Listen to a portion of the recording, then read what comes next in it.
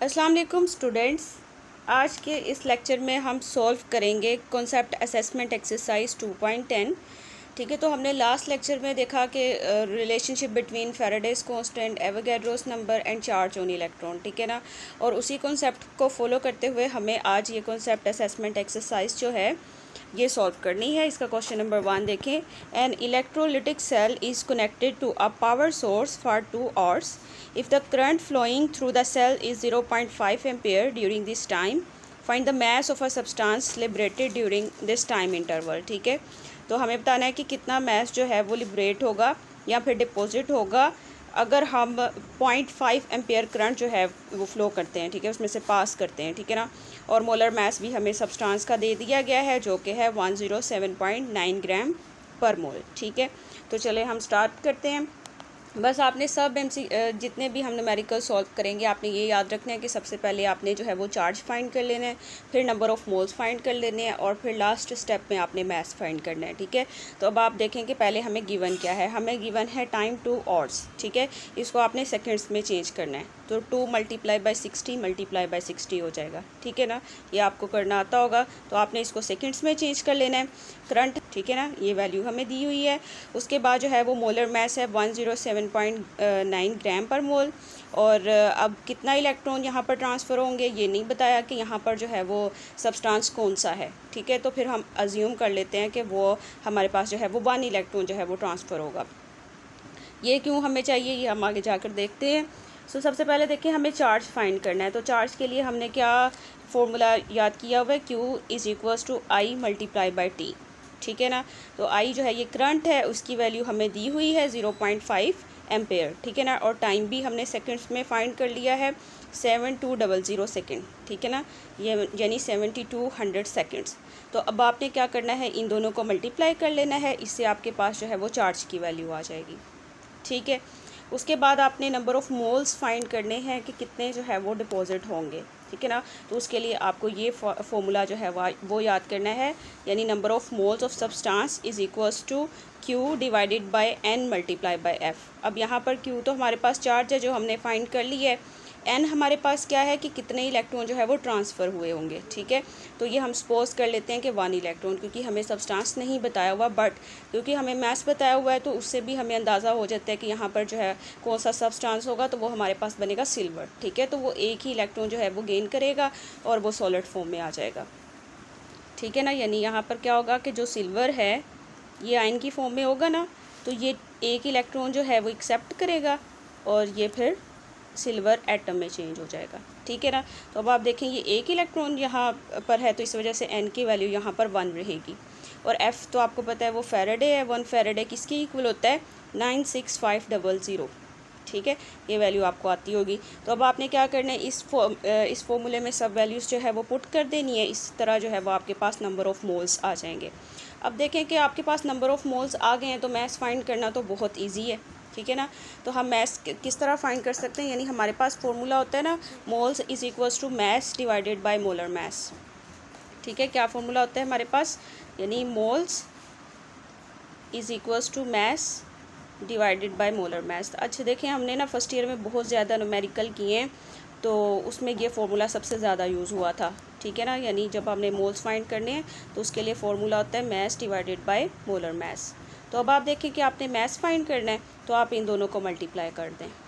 ठीक है ना, तो नंबर ऑफ़ मोल्स तो हमने फाइंड कर लिए हैं और मोलर मास तो दिया हुआ है क्वेश्चन में ही। ठीक है, आप इन दोनों को मल्टीप्लाई कर देंगे। सो देखें ये यहाँ पर जो है दोनों को मल्टीप्लाई किया तो इससे आपके पास जो है वो आंसर आ जाएगा, यानी 4.023 ग्राम जो है वो सिल्वर डिपॉजिट होगा। ठीक है, और यही हमें जो है वो फाइंड करना था। उसके बाद देखिए नेक्स्ट क्वेश्चन क्या है, calculate the charge in coulomb when 3 moles of electron flow through a circuit. तो ठीक है, इसको भी हम जो है वो सॉल्व कर लेते हैं। सो देखें कि number of moles of electron तो हमें दिए गए हैं 3, और 1 फैराडे किसके इक्वल होता है 96500।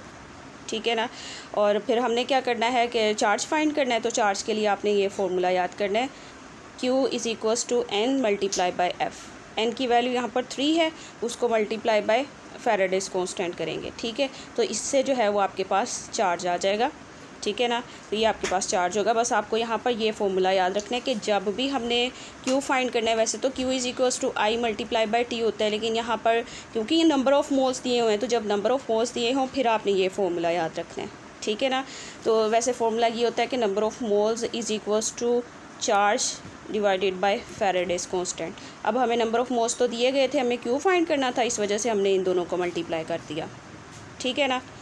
उसके बाद आपके पास क्वेश्चन है, calculate the mass of silver deposited at the cathode during the electrolysis of silver nitrate solution if you use a current of 0.1 ampere for 20 minutes, ठीक है। तो अब हमें जो है वो मास फाइंड करना है सिल्वर का कि कितना डिपॉजिट होगा वो कैथोड पे, और ये है कि हमें करंट की वैल्यू दी हुई है 0.1 एम्पेयर और उस टाइम भी बताया हुआ है 20 मिनट्स। तो बस 20 मिनट्स को हमने सेकंड्स में चेंज करना है, यानी आप 20 मल्टीप्लाई बाय 60 कर देंगे, ठीक। की वैल्यू है वो 0.1 एम्पेयर दी गई है, टाइम जो है वो 20 मिनट्स। तो इस 20 मिनट्स को हमने सेकेंड्स में चेंज करना है, तो 20 मल्टीप्लाई बाई 60 हो जाएगा। और मोलर मास जो है वो सिल्वर का 107.87 ग्राम पर मोल रहता है।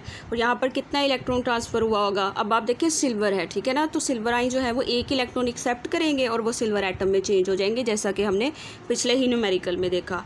और हमें पता है फैराडेज कांस्टेंट की वैल्यू ये होती है, बट हम नियर लिक्विड मतलब 96500 ये जो है हम यूज़ करते हैं, सही है। तो अब आपको पहला काम क्या करना है, हमें Q फाइंड करना है, ठीक है। तो उसके लिए आपको फॉर्मूला पता है, Q is equals to I multiply by T, ठीक है। तो I की वैल्यू 0.1 एम्पेयर, ठीक है, और टाइम जो है वो सेकंड्स में हमने फाइंड कर लिया, तो वो हो जाएगा 1200 सेकंड्स, ठीक है। आप इन दोनों को मल्टीप्लाई करें, इससे आपके पास जो है वो Q की वैल्यू आ जाएगी, जो कि है 120 कूलम, ठीक है।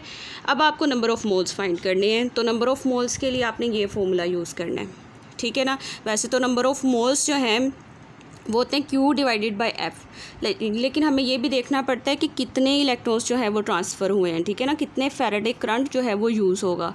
यानी क्या कहने का मतलब, यानी हमारे पास इक्वेशन है ना, जो सिल्वर आइंस हैं, ठीक है, वो क्या कर रहे हैं, वो एक इलेक्ट्रॉन जो है वो एक्सेप्ट करेंगे कैथोड पे जाकर और फिर वो सिल्वर एटम में चेंज होंगे, ठीक है।